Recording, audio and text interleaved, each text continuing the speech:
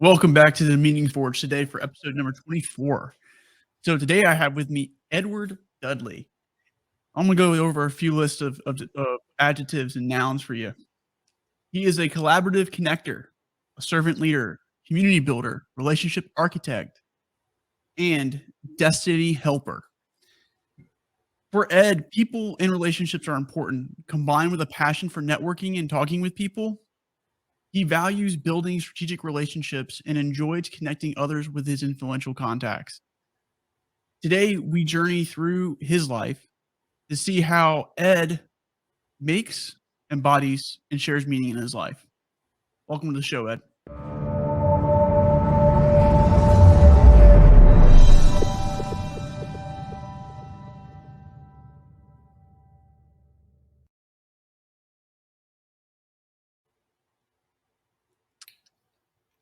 Well, I am Ed Dudley, also known as Mr. Connect Ed. There we go. A friend of mine gave me that name, so I just ran with it. Well, you also, I think all of those adjectives and descriptors really do go into Mr. Connected. Yeah. And you even started your own like connected like kind of meeting group. Yeah. What's the frequency of those meetings? So we have several chapters across the country. Frequency, most of them are doing at least once a month in this virtual setting. It's called We Are Connect Ed. And what the beauty of it is we collaborate with other organizations. So one of our top organizations in Microsoft, so it's called We Are Connected with Microsoft. If you're in the Raleigh-Durham area, you know the place at the table. So we got another one in Raleigh called We Are Connected at a Place at the Table. So we can throw a little bit of anything on the back of the name because it just shows that we're connected. And it's all about just building relationships. That's awesome. Like I really do enjoy that, and like that's one of the reasons why I reached out. I was like, well, let's get him on this podcast and let's see how he makes, embodies, and shares meaning in his life. So, I guess the first thing, Ed, the first question we have to ask is, who is Ed? Tell us a little bit about yourself, and where does he come from? Yeah. So at my heart, I want people to know that I'm just a servant. You get the term servant leader thrown around a lot. I'm just a servant, and I'm looking at ways to try to serve other people on a daily basis. And one of the things I like to say is I like to connect people to pros. And for pros, for me, is an acronym. I like to connect people, other resources, and opportunities. I spent my first half of my year, I tell everyone, in corporate America. I left Wells Fargo as a senior vice president and regional business director. But I was really unfulfilled. Made decent money and got a chance to travel and do all that good stuff. But it was just all about climbing the corporate ladder, getting the stock options and growing. And this chapter of my life, I tell everyone, is all about servitude. So if I was to say, name one thing about Ed, well, he's there to serve. That's a great answer. And I guess what I'd like to kind of dial in on is a little bit more of, the path that got you to where you are today, and maybe examining some of those key lessons that you went through during your Wells Fargo career. And could you just kind of just give us a general overview of what happened while you're at Wells Fargo, and then maybe a few key lessons that you learned while there? Yeah, so I spent about 14 years with Wells Fargo in various capacities. And as I said, my last role with them was senior vice president and regional business director. And my role was to travel around the country and try to entice financial advisors to come work for the firm and work with managers to help them become more effective recruiters. So that was the first half of the just done a lot. During that time, I just met so many people. So many people have turned into friends. But at that time in my career, I was not focused on connecting other people to other people. I was connecting people to people within Wells Fargo organization and maybe some other things, but I wasn't intentional about doing the connecting. But I learned so many valuable business lessons as far as how to run a business, how to work with people, how to collaborate people, which was important when you're in a large organization like that. So those are some of the things that I learned along the way that I feel that helped plant some seeds for me to really focus on being a connector of people. And did you do anything before? I guess where are you from originally? And what made you decide to go into Wells Fargo? Yeah. So I'm a little kid. I tell everyone from the town of Springfield, Massachusetts. And I tell everybody, in my opinion, there's only two things in Springfield, Massachusetts. One is the home base for Mass Mutual Insurance Company. Everybody knows Mass Mutual. But the other one is the home base for the Basketball Hall of Fame. That's where basketball was formed. So I left there after graduating high school. I left there, moved to Boston, went to school in Boston, and that's how I stumbled. And I tell everybody, I stumbled into the financial services career. I'm working in the back office for a company that was called Dean Witter, which is now called Morgan Stanley over the years. And I love the business, but what was a little challenging about the business as a whole for me is I didn't see a lot of people that looked like me. And this was a financial services firm, and I'm like, I don't know if I'll have a long-term career in this because I don't see anyone that looks like me. And as a kid that didn't come from money, didn't know money, I was like, yeah, maybe this is not for me. So I walked away from the business for a while, and I started selling all different types of things. But I missed the business tremendously because it was so interesting and fascinating to me. I came back on, worked for an asset management company called Eaton Vance. Absolutely loved it. And as I was working there and growing there, once again, didn't see a lot of representation of me. There was 3 people of color that worked for a firm of probably about 400. I still know their names, still talk to one of them. There was the security guard named Garfield. There was an admin named Marie. And then there was me. And I was the only person on their sales desk. This was 1997 to 99. Funny thing is, I still communicate with some of the people that used to work there. And to this day, they still do not have another person of color. So on April 1st, 1999, Boston got 20 plus inches of snow. I actually went to work that day because I was one of the few people that lived in the city. Walked a few blocks, took the train and went in, got home. I was like, that is it. That was the straw that broke the camel's back. And I said, we're out of here. And I packed up, moved to Charlotte, North Carolina that summer. And that's when I started working for Wells Fargo and their asset management division called Evergreen Investments. And ever since then, my career took off. Some amazing people, some amazing friends allowed me to really start to grow and just compete in the financial services world. I like that. I really do like that story. And just one of the things I kind of want to dial in on, if you wouldn't mind helping not only myself but others understand, why is it so important that you see people who look like you in your workspace and in your organizational hierarchies? Yeah. So, everybody knows about diversity and inclusion. Every company by now has one, and over the last few years, it's really been the buzz. We got to have diversity and inclusion. All right, well, it's nice to have diversity and inclusion, but you got to make people feel like they belong. I think a missing part of that whole session is belonging. When I was at Dean Witter, I enjoyed it. There was people that were nice. I didn't really feel like that I fit in because I didn't think there were people that really understood me, understand the atmosphere that I'm walking in as a man of color. Moved to Charlotte to work with a division of Wells Fargo at the time, Evergreen Investments. And I'll never forget going to a sales conference. And we're at the conference, and I'm standing next to the gentleman that hired me. And there is roughly 400 people in this room. And he stands beside, he says, "Are you okay?" I said, "Yeah, I'm fine." And he says, "Now, are you really okay?" And this was the first time I knew where he was starting to go with this conversation. He was like, "Look at the room." And I'm like, "Okay." He says, "There's no diversity." He says, "I need you to help me change the dynamics." And I'll never forget his name. His name was Chris Eller. And it was the first time that a Caucasian man really recognized that this was a problem and says, how can we change it?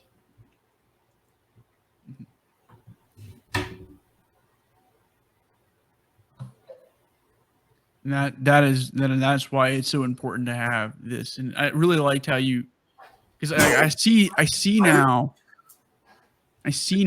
the why belonging is important in that conversation, and how that representation is it's so important to that sense of belonging. Is that appropriate? Yeah, yeah. Perfect. It's nice to say, all right, we're going to have a diverse group, and we're going to make you feel included. But do you make me feel like I belong here? And Mhm. we don't have enough people to actually make us feel like we belong in certain space. And excuse me, the financial services industry still has a problem with diversity. I mean, the vast majority are white men, some women, and a small percentage of people of color. Mhm. So kind of talked about that for a minute, and I just want to kind of start looking at the journey from like to where we are now with Mr. Connected, right? And so you left Wells Fargo. What was those next steps? How did you feel making those steps? And how did you get to where you are today? Terrified. Um, it was terrified. I mean, I worked for corporate America for years. I mean, just that was my first job in corporate America, and walked away from corporate America. And I started a little consulting company called Dudley Alliance, and I was really working with churches, helping them build their infrastructure. And it was fun. It was nice, but there's no money in it. So my family, we packed up and moved to North Carolina, where my parents have. My parents have been here for 20 plus years. And it is the first time that I've lived in the same city with them. So I get here trying to really figure out what am I going to do in this next phase of my life. And I was a little unsure. Where am I going to go? What am I going to do? Um, where am I going? And my wife looked at me. She said, "Is there any way that you can go back and do what you were doing?" And I said, "I don't want to do that at all." And she's like, She said, "Well, okay." I said, "Well, maybe I'll be a financial advisor." And my wife was like, "Huh, okay." So I reached out the phone um, and called a bunch of friends and colleagues and said, "Are you interested in me being a financial advisor? How do you think I would do?" Just getting advice. And every last one of them, it was probably about 11 guys, every last one of them said, "You should have done it a long time ago." So that started me on the journey of starting my own firm as an independent solo practitioner, and building my business. But the funny thing is, I didn't know anybody here but my parents and siblings. And I was like, I got to get out and I have to network more. And I started networking, going to all networking events and going to meet a lot of different people. And it was funny because I was going into a lot of spaces with a lot of people, once again, that didn't look like me. And I'm like, okay. So I started and said, let me create my own group to see if I can bring individuals that look like me a little closer. And it's been fun. It's been beautiful. And I'm just excited where we're going.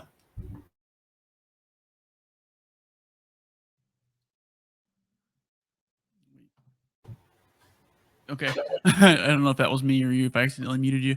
Yep. Uh, um, so you created this group, and I have to ask, where do you think it's going now? It's going a little further than I actually expected. So we started in 2018, called We Are Connected, and it was first one. Sorry about that. Was with Microsoft, and we used to meet at the Microsoft store.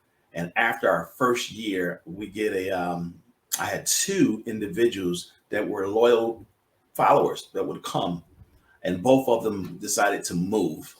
One moves to Dallas, other one moves to New Orleans. The one that moves to Dallas, she says, "Huh, let me see if there's something like Connect That here, because we built it for business owners and professionals just to come in the network, man, in a space that was conducive for building genuine relationships.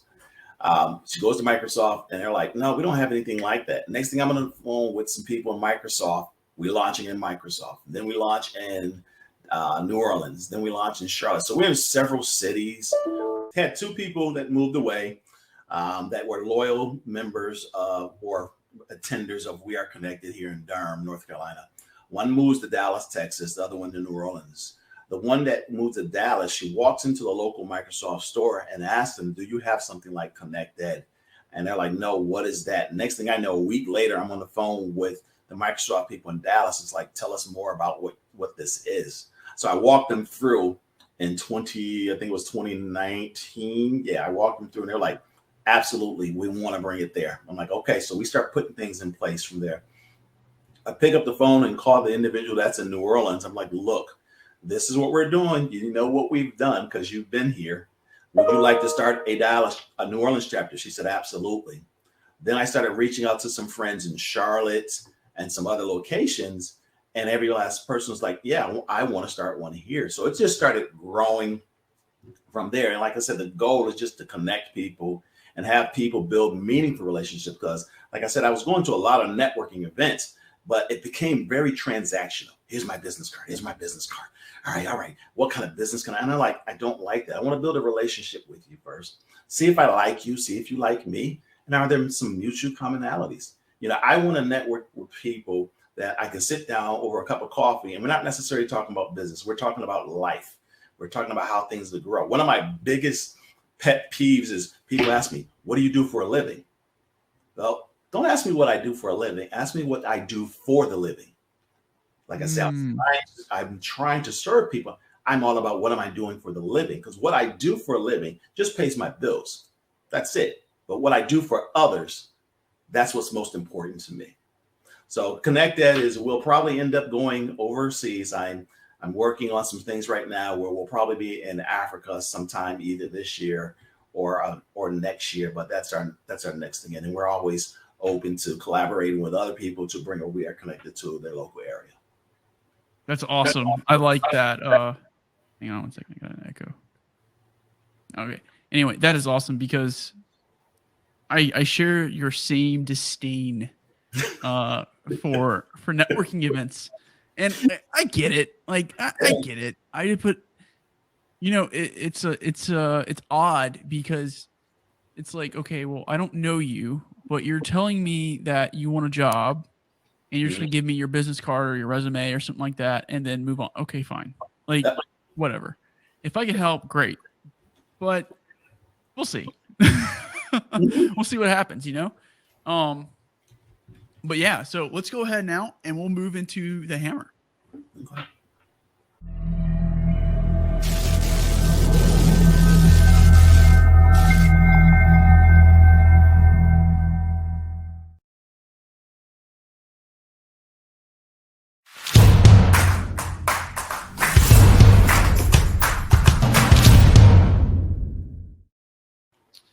All right. So now we're actually kind of in the forge itself.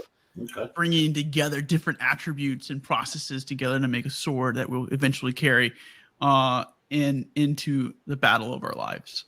Anyway, I had to get poetic just for a moment. And I like swords. We've had that conversation. Well, that's the next segment. So from the forging process and stuff like here, like what I'm seeing are some attributes that are kind of floating around, right? Based off of the conversations that we're having, is a deep sense of connecting with people the right way, right? I think there's a right mechanism there. Then there's, I'd also say maybe belonging is attached to that, but it could be its own separate idea. And then another attribute is serving others. So like those three, and I think I'm kind of like nailing your big adjectives that we mentioned earlier, right? Collaborative connector, servant leader, community builder, relationship architect, and a destiny helper. And I think those are pretty strong, like we'll call them attributes for all this process. what's been the biggest challenge to bringing those together in your forging process? Oh, wow. For me, the biggest challenge is getting out of my own way. So at my core, I'm an introvert. So every day that I'm doing things, I have to get out of my own way. I know how to turn it on when I need to, but it's so exhausting afterwards. So if I'm at a networking event or in a group setting or whatever, afterwards I sit down and I have to go to a quiet place, turn on some music just to come down, because it's so draining to me being in spaces like that. And the other thing is, so many people have met unauthentic people and individuals, selfish individuals, to get them to understand, like, I'm not looking for anything from you. I'm just trying to help you. See, I believe in this one saying, and it's something that is ingrained in me: give and it shall be given unto you. So many people don't understand where it's derived from, but it's derived from the Bible, and everything that I do, my faith is my foundation of everything. And I'm a firm believer, whatever you throw out, this life is like a boomerang. Whatever you throw out there is going to eventually come back to you. So I try to throw out positive energy. I thought of positive help. And when I use the term destiny help, is I want to know, where do you eventually want to be? And I want to know that because I want to figure out, how can I be a piece of helping you get where you need to get? I might just be the gateway to introduce you to somebody or a resource or an opportunity that will ultimately help you reach your destiny. I got a phone call from someone that literally a couple of days ago. It's like, oh my God, Ed, that was the best connection that you've ever given to me. I'm about to go to the next level of my business. I'm like, thank you. And I'm like, what can you do for you? Pay it forward. Go help somebody else. Because I don't like the term pay it back. I always want you to pay it forward, because I'm a firm believer that you keep paying it forward, it would be a ripple effect. There was a great movie called Pay It Forward with Kevin Spacey. And if we could ever be in a society like that, oh my God, it would be absolutely amazing. We have too many takers and not enough givers. Wow. Wow. Okay. Where did that come from? All right. So, wow. That was that. I like that in more ways than one, because that's kind of the same space I find myself into. And I really relate with that, because, I think if there's something to give freely, I mean, I don't do it completely naively, right? Like I think that's where people I think get the payback idea. Mm-hmm. Right? Like, oh, I do X and then you're going to pay it back to me or something like that. Mm-hmm. But to do it without, I guess, the sense of payback is incredibly helpful. I don't know if I've captured that. Yeah, there. Like I said, I make references to the Bible, and I always tell people, I said, it doesn't, whether you believe or you don't believe, it doesn't matter. There's still some good pieces in there, but there's a piece in there that says, freely you give, freely you will receive. Exactly. So that's one of the reasons why I give, because I look back over my life. There are so many people that have helped me looking for nothing. I am here today because of those people. I have the mindset that I have today because of those people. They freely gave to me. So I can't just sit here and not freely give to others. That's amazing. Yeah, I 120,000% support that in more ways than one. And so I liked how you kind of started talking about people who've influenced you. Who's been probably one of the most significant influences in your life, outside of mom and dad and grandma and grandpa? Yeah, I'll take there's a couple people I have to give credit to. The first individual was a gentleman by the name of God, what was his name? Harvey. I'm looking at his name, Harry. His first name was Harry. I'm forgetting his last name, but he was the first person. When I walked into the financial services space, he was the first person I ever met that went to Harvard. That man was absolutely brilliant, and I would just sit and listen to him and watch how he moved, watch how he did things, watch how he wrote things. He was our chief compliance officer, and I worked for him, and I just watched him. Second person was a gentleman by the name of Bob Paolini.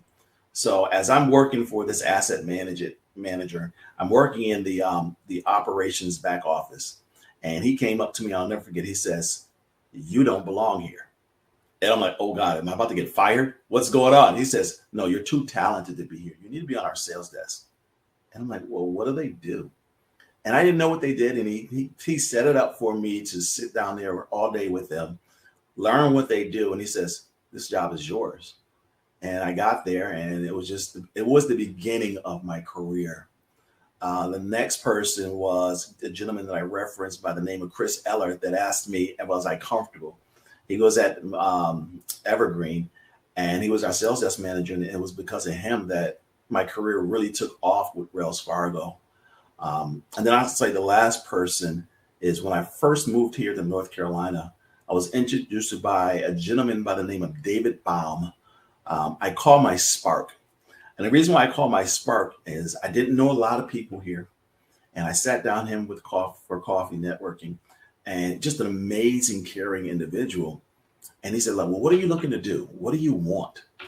And I started sharing with him what my passions were and what I like to do. And we met with like on a Wednesday. He said, "Okay." On Saturday morning, I wake up. There are like 5 emails from him, from people that he said, "I need to meet." And they need to meet me. And I'm like, And that was the spark that got me to really, really say, holy crap, I need to start connecting people more efficiently like he does. So he was a spark, and he cracks me up. We laugh all the time. He says, "Well, if I was a spark, Ed, you're the flamethrower."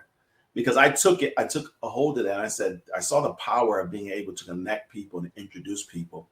And I constantly do it.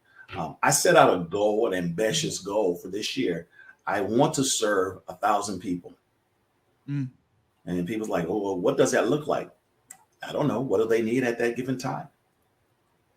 How do I serve them? Sometimes it might be somebody that I just met, and maybe they need a hug. Or it might be someone getting introduced to a CEO that I may know, or something, whatever it might be. I'm looking for that need to serve. My goal is to serve 1,000 people this year. And hopefully you're starting off strong. So how many people have you served so far? So far, I think I'm at 283. That's good progress. It's good progress. And I'm okay. If I don't reach my goal, like if my goal is just right here, that's 283 people that I've served. So I get it.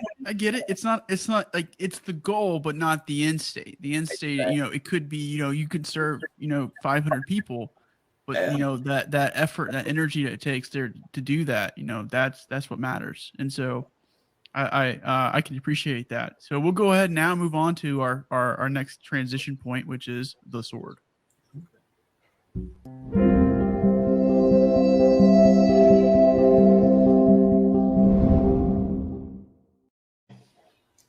All right. So the sword. What is the sword? Well, this is, Christian guy here. So the sword has a lot of symbology, mostly in Christianity, right? I got my little sword here. Your little gladius there. Yeah, yes. Yes, and a Roman soldier. And one of the things is throughout the Bible, we see the use of the sword and its alignment with the way we speak. I think there's plenty of examples there and how we use it, how we speak, how we act. And so that's kind of what this is. So you forge yourself, right? You forge some sword, and then you start carrying that sword. And I think we're talking about actions here. We're already on the carrying your sword this year for trying to get 1,000 people help. And that's a great goal. And one of the things that I want to look at and examine here is how do we use the sword? And I think for this part of the discussion, I kind of want to leave it a little open-ended discussion-y. How do you think we use the sword, Ed? Or should use the sword? Serve other people. I'm a firm believer, like serve others. I mean, there's so much that you can get out of serving others, not just for them, but for yourself. Imagine you're serving someone, and this is for the parents, and your kids see this, and your kids see this selfless action of you serving somebody that you may not even know. Now, kids are inquisitive. Well, why did you do that? Because they had a need, and I was able to fulfill that need at this given time. That is one of the best lessons that you can teach a child. That is our future right there. And sometimes we don't teach our children the best lessons because our children watch what we do more than what we listen to what we say. You know, I have a total of 6 children. Don't let the baby face fool you. But it's all about serving others. And that's one of the greatest ways that you can use your sword. And then speak to injustice. You know, we have so many injustices here that we can go on and on a whole nother subject talking about that. But don't be afraid to stand up and speak to something that's unjust. Use your voice, use your vote. We got too many people that have over the last few years have said, oh, I'm not going to vote because I don't like either candidate. Well, you just voted for somebody without voting. So yeah, I mean, there's just other ways that we can use our sword. But for me, it's just about using that sword to serve others, to help protect others, especially women and children and the most vulnerable amongst us, and also using that sword to speak against injustices. So one of the things I would like to kind of explore a little deeper is the sword.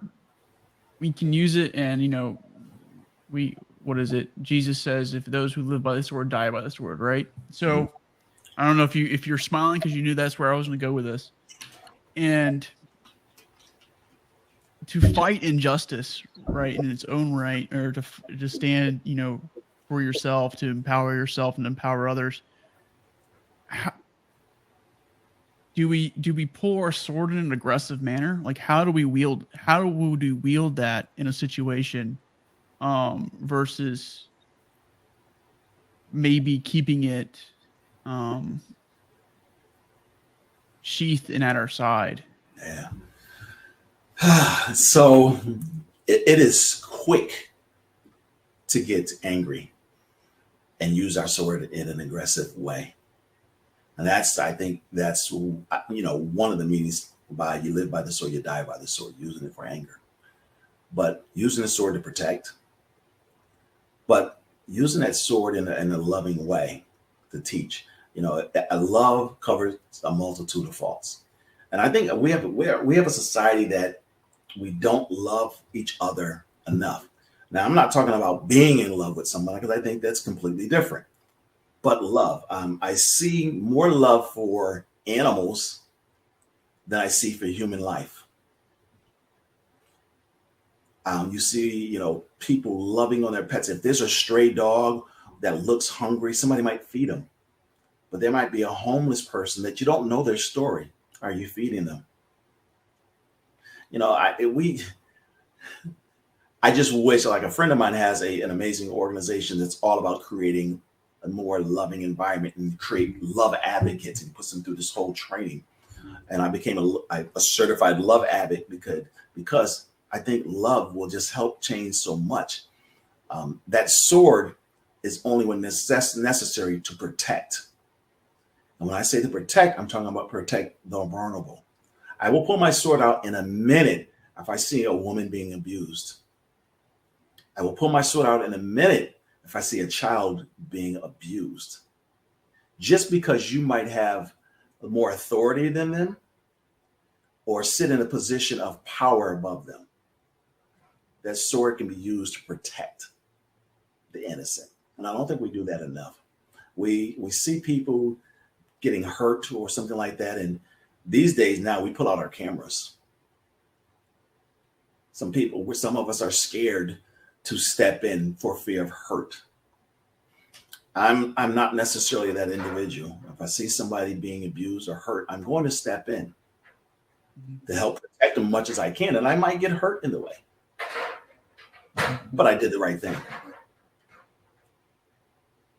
one of the so looking at the sword and the use of the sword, so if we're going to go to the Bible example as well, it's so part of the armor of God is a sword of like fire or something like that, which then translates to, in some other way, like weird way, translates to the word of God effectively, which then also translates to revelation, right? And what that means, not revelations, but revelation is being able to like something is revealed to you, which then empowers you, something to that effect, right?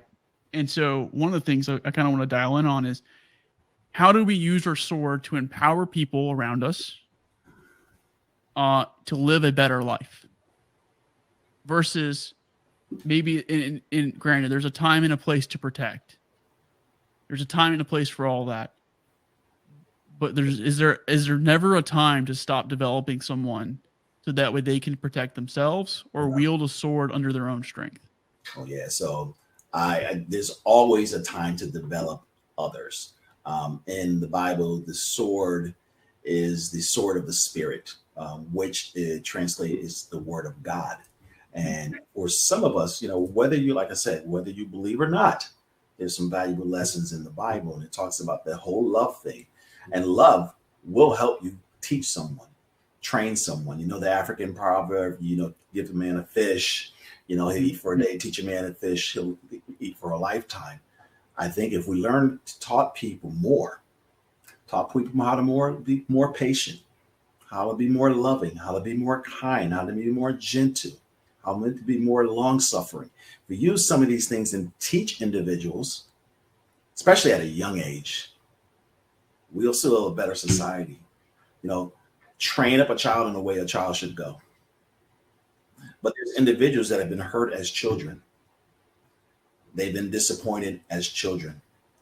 And a lot of these people end up growing up as adults carrying a lot of this stuff. There's a thing called ACEs, ACES, and that stands for Adverse Childhood Experiences. And what you do is you look at it and says, every adult that is dealing with something or acting a certain way, something can be traced back to their childhood. So a lot of times when I encounter what is deemed are difficult or challenging or mean people, my first thought is, what have they gone through?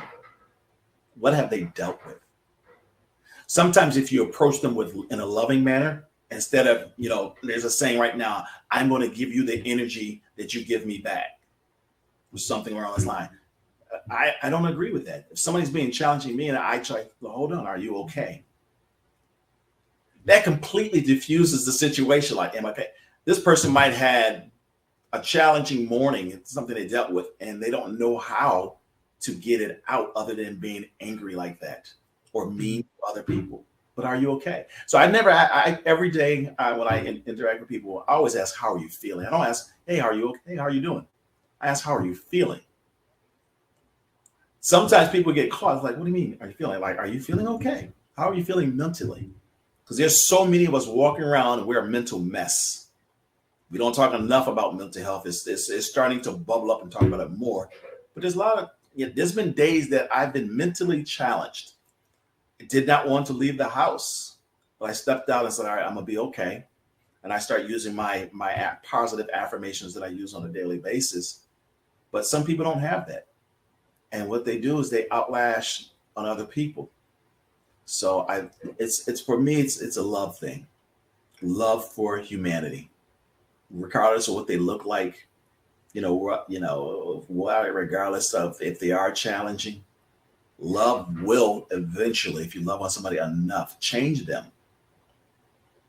Yeah, I agree with you. And in that, right, what I like to kind of, and that's why I developed the sword symbology in more ways than one. So one of the things that we wrestle with is wielding the said sword, right? Those who live by the sword die by the sword. Okay, well, those who, we could talk about how we wield our words very ineffectively or inefficiently or whatever the case may be. Yeah. And then on top of that, right, there's a judgment when you wield the sword. That's James chapter 4. And So you start doing that, you don't have that authority at that level, right? You don't have the authority for life and death, right? You only have the authority in really the places to place the seeds to grow. So then that goes back to, how do I create a revelatory experience for someone, so that way they can take up a sword of either their own design or a sword given to them temporarily, and therefore they can be inspired and live a life better. And yes, love is a part of this equation to some level. So I appreciate you sharing that, and I found this part of the discussion great so far. So thank you so much. Thank you. Yeah. Another So thing let's is jump over now. Oh, go ahead. yeah, I was gonna say another thing is your actions. People Yes. watch what you do more than what you say. So I can sit here all day and talk to you. We never met face to face and say, yes, I try to love. But you could talk to somebody else and say, well, no, Ed doesn't. Ed is me. So anytime I walk into a room, they're gonna say, I'm trying to be genuine and I'm trying to be loving. Exactly. So put your actions behind your words. Exactly. And carrying it with, like, you carry the sword with a sense of authenticity, and aligning that with who you are, like, is like, it should be like within like the materials and the procedure that you made to build it. Yeah. Like, some people would say that's acting out your why, right? Which if you don't mind me asking here, I guess before we do transition over to the pen, is, what do you think your why is? Well, And why is it so? And why has it been helpful for you to carry that why forward? I tell everyone right now, my why is at the end of the day, when my life is over, like I said, I keep telling everybody, my foundation is my faith is my foundation. I want to hear the words, well done, my good and faithful servant. You've earned your rest. But my why is my grandchildren. I have, excuse me, I have 5 grandchildren, 4 boys and 1 girl, all up under the age of 6. And in there is a set of twins. And I said, I get somewhat of a do-over, because as a parent, we don't have any instruction manual how to do things. And I can look at my kids and I say, I should have done this different, or I should have done that different. So I got another chance for my grandchildren. And my why is to create a legacy for them. Not a legacy just of money, but a legacy of love, a legacy of creating individuals that will have a mindset to serve other people. So I post pictures of my grandkids, and I'm constantly talking to them, even at an early age, about loving and being kind and helping others. And we took some grandchildren with us when we were just passing out some extra money we had around the holidays to people sitting there, and they're seeing this action. We don't have to say anything; they're seeing our action. So that my why is definitely, without a doubt, my 5 beautiful grandkids. I don't want to have them is actually with me every day. I don't want them. Sorry, I don't want them living with me every day. But I think we already talked about that. Well, I think that's the perfect transition now into going into the pin, which is all about legacy. Yeah.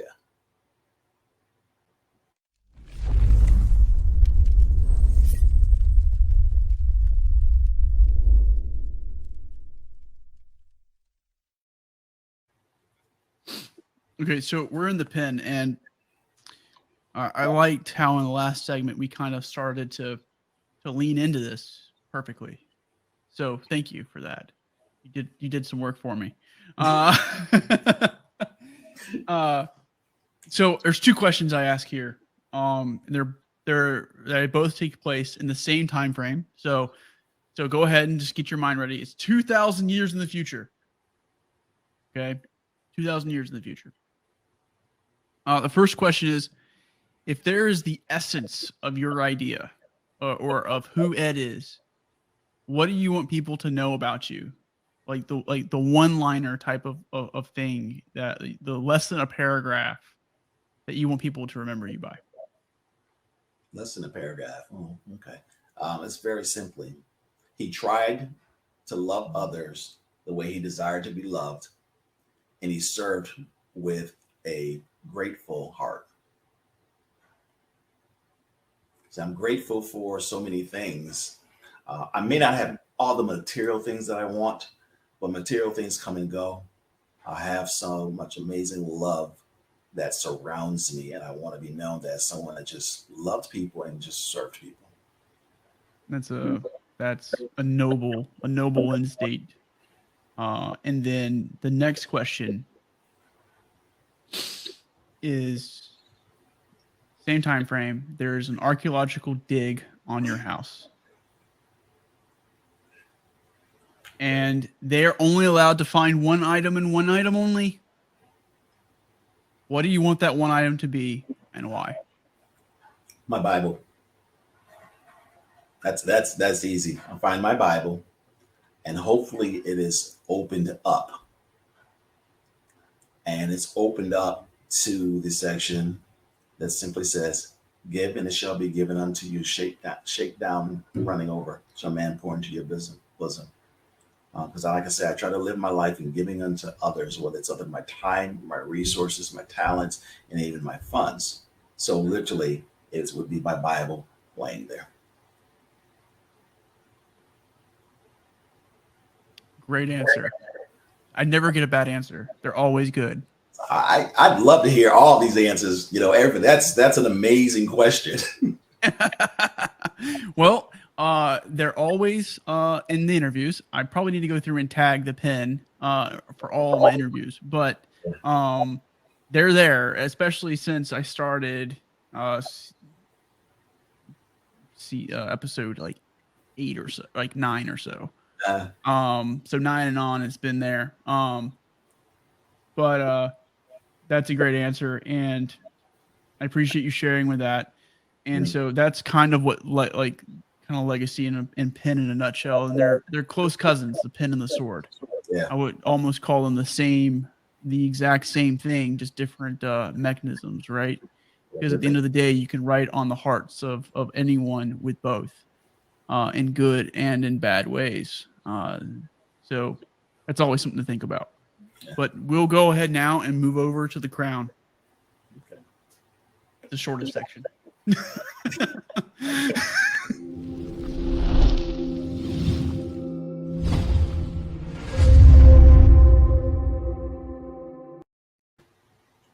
All right, so the crown.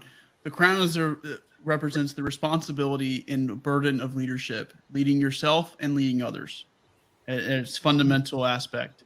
And what I would like to ask Ed is, what has been the hardest part about leading yourself to be in line with your why and your purpose? Wow, that's kind of easy. For the longest, I suffered from imposter syndrome. Am I worthy? Should I be here? Who's going to listen to me? Why should people follow me? That in itself has been a challenge, and and I'm not going to lie, I still challenge with that sometimes in certain spaces. I'll give you an example. I have a friend who was a global executive, brilliant individual. I mean, absolutely, and called me. It's like wanted to pull me in this space with all these other amazing, talented global leaders, and I'm sitting here like, why me? Like, I literally, when I got off the phone when I'm talking to my wife, I'm like, ooh, I don't know why she pulled me into this space. I don't get it. Why? And then I have to shake it off. And I use my affirmations each morning. It's like, but you are a leader. You are a leader, but I'm that leader that I stand before people to help lead them in the right direction. I stand on the side of them to help do the work. And I stand behind them to protect them. Just in case somebody drops something, I'm going to help them pick it up.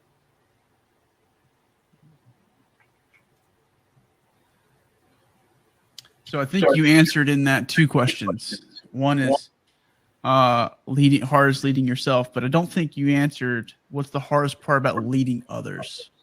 Oh man, the hardest part about leading others is so many different personalities. The personalities and trying to get everyone on board with a common goal of doing service. So many people are not servants at heart. They are there for the job or there to get what they can get out of it, and changing mindsets. I think the biggest thing is in helping individuals change their mindset to get on the same page. I think there's a leader in everybody. We have some great leaders. We have some okay leaders and we have some bad leaders. And it's just getting the mindsets to change to be better leaders or the best that you can be. I am not the greatest leader. I listen to a lot of leaders. I listen to podcasts. I listen to quotes to try to be a better leader. And I try to take, if I hear something good or read something good about a leader, I send it to other people. Take a look at this, read this to help strengthen their leadership skills. But I think the hardest thing is getting mindsets to change in certain aspects.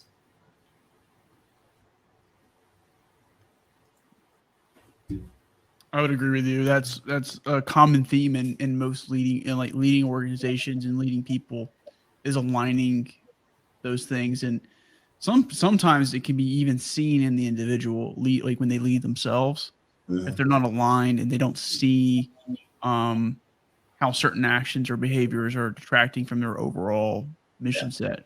And so that's always a great way to kind of look at that. And I agree with you. Everyone's different. So everyone has different objectives. Yep. How does that objective fit with my organization? And then how does that fit with their story? Right. And so it's always important to figure that out. Maybe the interview process / networking process one day can start getting to the bottom of that. Maybe that should be a question people should ask. It's like, besides getting a job, what is, tell me about yourself. Like, tell me about your why. Yeah. So I take time to get to know your people too. I was leading a group. I took everybody out to lunch, and I literally had questions beyond like, are you married? What's your spouse's name? You got a pet. What's your pet's name? And what do you really want? What are your goals? If you help people reach their goals, they will bend over backwards for you. I found most people, if you help them attain their goals, and some of their goals are like, I want to go in this direction. Okay, let's put a game plan in place to get you there. I don't think a lot of leaders actually listen to the people as far as what do they really want besides, let's focus on this job. I brought you in to be a sales rep. I brought you to be a marketing director. But what are your ultimate goals? My ultimate goal is to be somewhere on an island with a private beach, and I don't drink alcohol, but sitting on and maybe a pina colada in the sun. That's my ultimate goal. Well, how do we get you there? You got to invest better. So, yeah, exactly. And one of the things that I find interesting with that is how people can take that burden. And I think it's funny that that's kind of like, again, that goes back to those adjectives we talked about earlier, right? And they're on your LinkedIn profile for I didn't pull those out of like anywhere. Like that's where I got them from. Let's be honest here. But destiny helper, right? Like figuring out what people want to do. And, we may not know their destiny or something like that, but if they have an idea of where they want to go and where they want to be, then that we can help them get there. And that's always a very, I would say, joyful part about being a leader. And that is it fair to say that this is one of your greatest joys in being a leader, is doing those things and connecting people together? Oh, without a doubt. Without a doubt. I've gotten many emails and messages, just saying thank you. And I don't do anything that I do. I don't do it for a thank you and I appreciate you. I just do it because it's in my heart. But to get the messages back, oh, Ed, you helped me here, or Ed, you helped me with this, or Ed, you helped me get a job, or things like that. It means the world to me. And I actually, each night, as I sit down before I go to bed, I share some stories with my wife and things like that. And then when I finally lay down to close my eyes, I pray. And I thank God for giving me the heart and the mind to do some of the things that I'm doing, but also thank him for blessing that individual. Whether, like I said, I always say, whether that individual's a believer or not, I still pray for them and say, God, thank you for blessing them. Mm. Trying to think how we ask this question, if there is a question to ask. So guess what I'll do is I'll ask the question and then we'll see where the answer takes us. Okay. What is your viewpoint on taking on as a leader taking on the biggest responsibilities possible?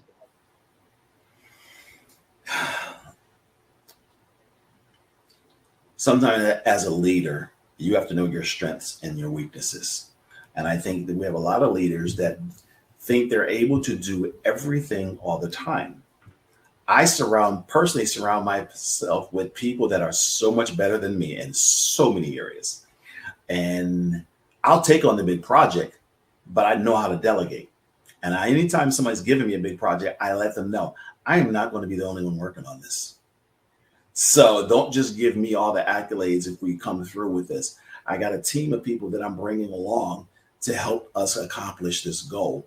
And I'm a firm believer in the whole acronym team. Together, each achieves more. I know it's been played out, but I truly believe it. So, as a leader, I'll say, yeah, I'm going to take on this big project. But rest assured, I'm picking up my phone. I'm sending an email, a text message like, hey, I need your help. Like I literally sent an email probably a couple of days to a good friend of mine. I said, look, I want to start this. Can you help me? I know they got expertise in it. Yeah, I was given a project to do for our nonprofit. And I'm like, I can't do this, but I know some people that can and that will help me. So don't be afraid to just reach out and grab people. Take the project, but don't be afraid to reach out and grab some other people and pull them into the project as well. And here's the beauty of that. When you pull them in with you, you might be helping them reach their destiny. I like that. And it kind of brings it back to like being that servant leader and collaborating, connecting, and building the right relationships. Yeah. And so, by the way, great adjectives across the board for this conversation. So it made this conversation go a lot easier, right? So, all right.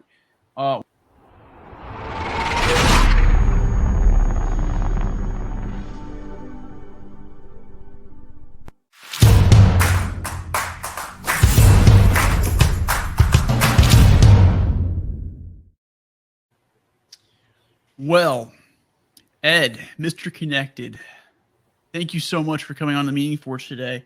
And it's been a privilege to have you on.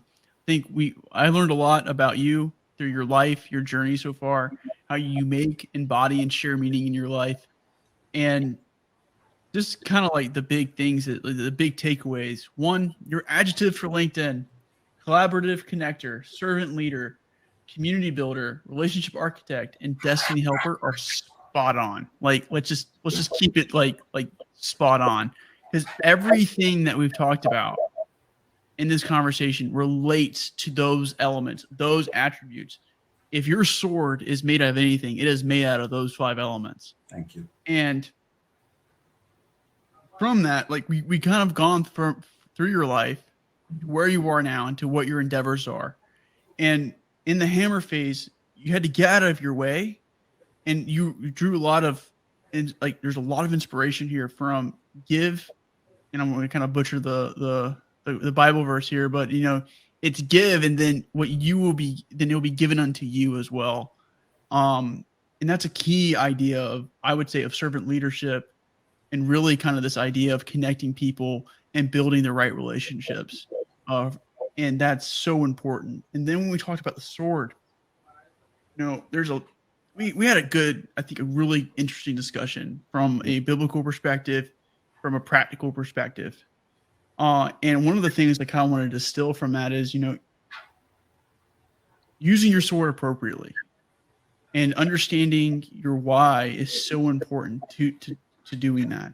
Yeah. And then from that, wielding it, as you're wielding it appropriately, if you can empower people, that's a huge sign that you're doing something right. Mm-hmm. And helping people align with their destiny. From the pen perspective, well, that went straight to the right things, right? That was the verse. People could find a verse, and then people would also understand the concept of love as you've learned it to be. And that's important. And then we talked about the crown and making teams and dealing with imposter syndrome. And it's so important that as leaders, we take the time to not only share the burden of leadership, but also help take the time to know people and align them appropriately. Right. So I guess the first question I want to ask here is, is there something in this interview that you learned today that you didn't necessarily know about yourself before? One of the, I wouldn't say there's anything that I learned, but one of the things I was transparent. I never really shared often. I would share often that, I'll just started sharing how I just suffered from imposter syndrome. I've only shared it maybe a handful of times, with my wife being one of them. But it's okay to share your vulnerabilities. Mm-hmm. And I don't think as individuals, we share our vulnerabilities enough with other people, because, I share it with you. We might go off cameras like, Ed, I share that same thing, or I know someone and we were just having that conversation. But I think it makes us stronger when we share vulnerabilities and lets everyone know that, we're all in this boat together. I don't care what race you are, what ethnicity you are, political affiliation, we're still going through this thing as life, and we all go through it. It's just, how do we go through it? Exactly. One book that I read a long time ago was Dan Allender's Leading with a Limp. Mm-hmm. And talks about leading with understand. Like, I would say it's not like leading with your weaknesses. That's kind of how it's titled a little bit, but it's like understanding your weaknesses in context of human relationships and leadership. Yeah. And I think that you being able to be transparent about that and explore that just goes to show that as leaders, like, we have to be open and we have to know our limitations. We also have to communicate those limitations in order to better drive the team forward.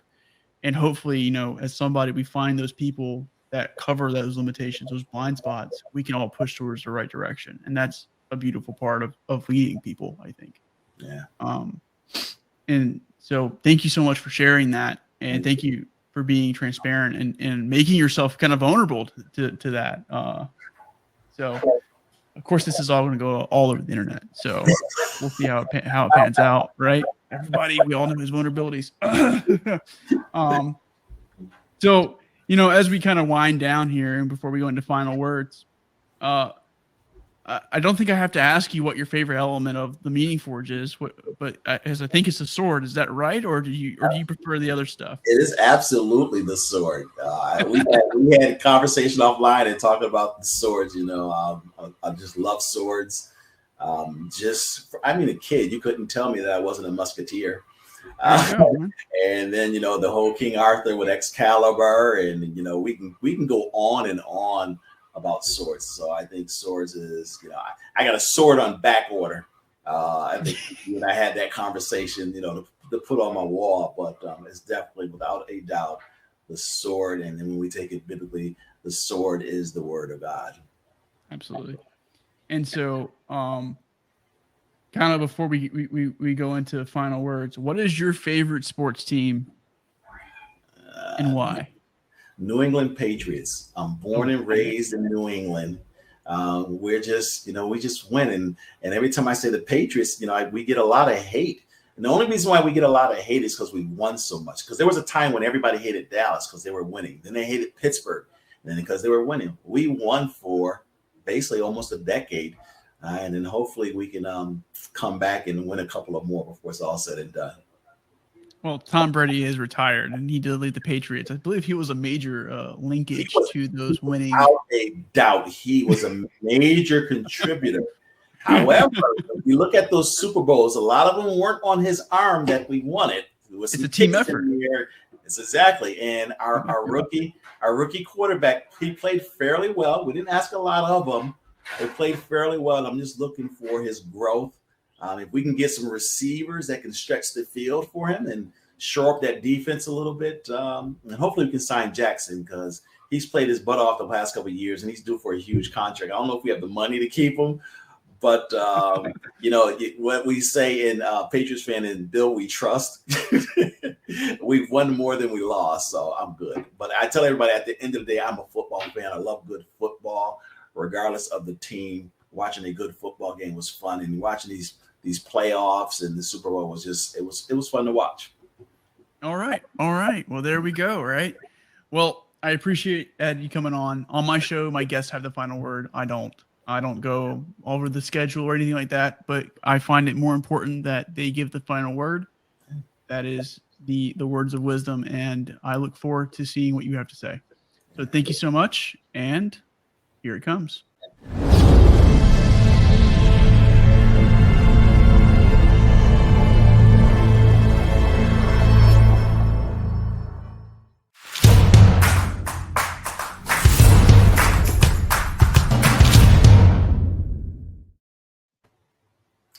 I'll just say thank you for tuning in and listening to a little bit about me. And the easiest thing I like to tell everyone, my elevator pitch is I'm just in the business of elevating and serving people.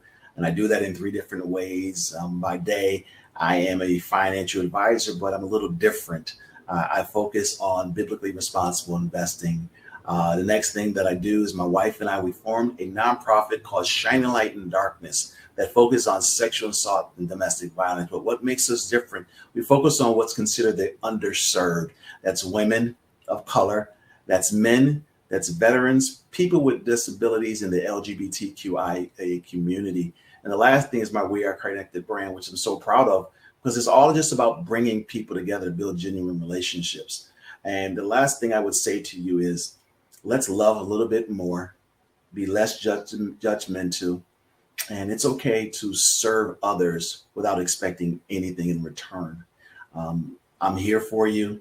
If there's anything that I can ever do for you, please don't hesitate to reach out to me. Because at the end of the day, I just want to serve you or your network. So you guys take care. God bless. And I wish you prosper and health.